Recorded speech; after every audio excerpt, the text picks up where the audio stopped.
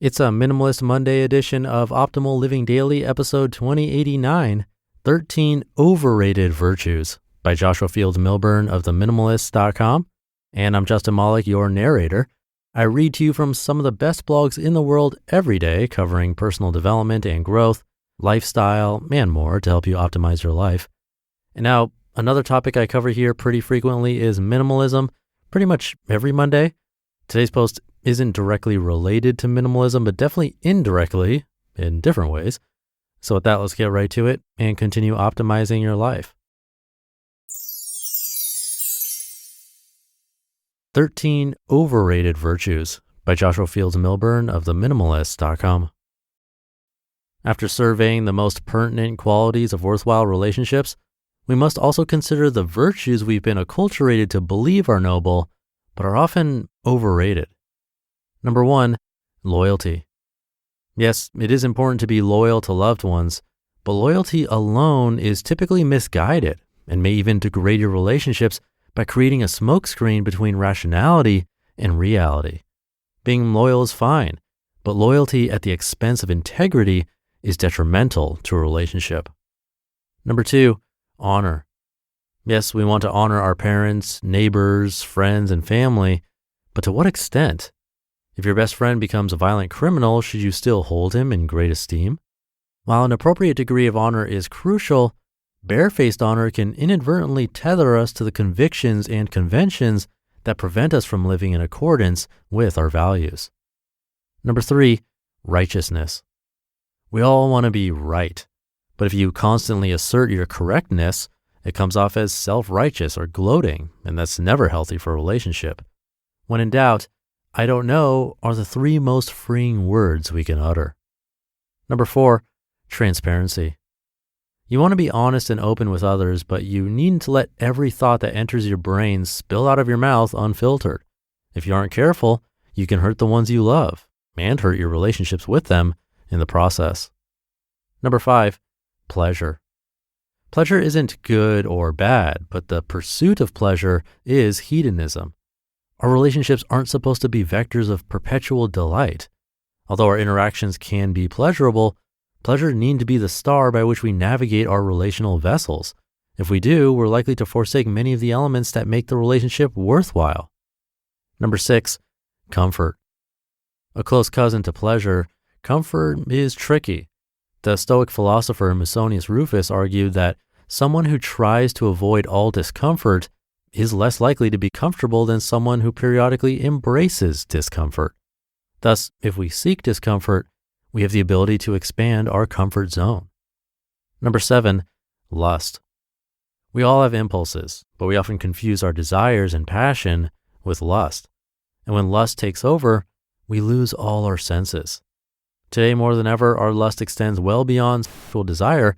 We are consumed by a craving for cars and clothes and camera equipment, and for some odd reason, a large swath of our puritanical culture has agreed that yearning for stuff is an acceptable alternative to sexual longing. But both desires, when not pursued with intention, lead to obvious deleterious consequences. Number 8, agreeability. Most of us wish to be in harmony with the people we love. It seems the quickest route to this harmony is to agree with others as frequently as possible. Yet this impulse is misguided. If we placate people, it's not only dishonest, it closes the door to individuality. It is possible, however, to disagree with someone tactfully while keeping their point of view in mind. Ryan and I disagree all the time, but we almost never argue. If you can make that distinction, your relationship will improve because when you do agree, the other person will know it's genuine and not just an attempt to win their favor. Number 9, empathy. Perhaps the most controversial of the overrated virtues. These days, we hear everyone from preachers to pundits proclaim the power of empathy. But most of these people are actually talking about compassion, not empathy. If that's the case, I have no argument. Compassion, that is, concern for the misfortunes of others, is useful, and we could use more of it. Empathy, however, that is, the ability to feel the suffering of others, is not a desirable outcome. The Yale researcher and philosopher Paul Bloom makes this point in his book, Against Empathy, the Case for Rational Compassion. Quote, We often think of our capacity to experience the suffering of others as the ultimate source of goodness.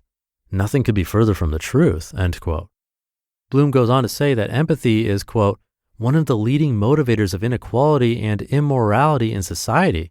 Far from helping us to improve the lives of others, empathy is a capricious and irrational emotion that appeals to our narrow prejudices. It muddles our judgment and, ironically, often leads to cruelty, end quote. According to Bloom, quote, we are at our best when we are smart enough not to rely on it, but to draw instead upon a more distanced compassion, end quote. Number 10, negativity. This one might be confusing at first. How is negativity an overrated virtue? Does anyone actually think negativity is a good thing? If we were to measure popular opinion, almost everyone would recognize negativity as being bad. Why then do we constantly bicker, complain, and gossip? Because it's a perceived shortcut.